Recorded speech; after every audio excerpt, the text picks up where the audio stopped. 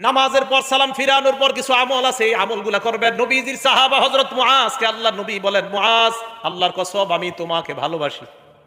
আবার বললেন, মুআজ আল্লাহর কসম আমি তোমাকে ভালোবাসি।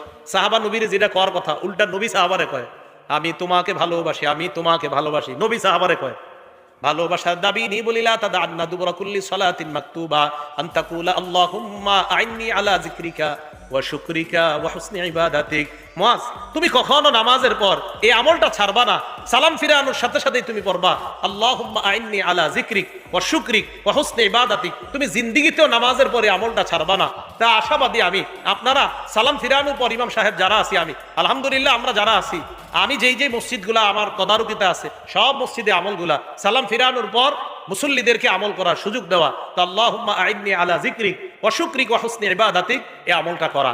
আর আস্তাগফিরুল্লাহ আস্তাগফিরুল্লাহ 3 বার পড়া। আস্তাগফিরুল্লাহ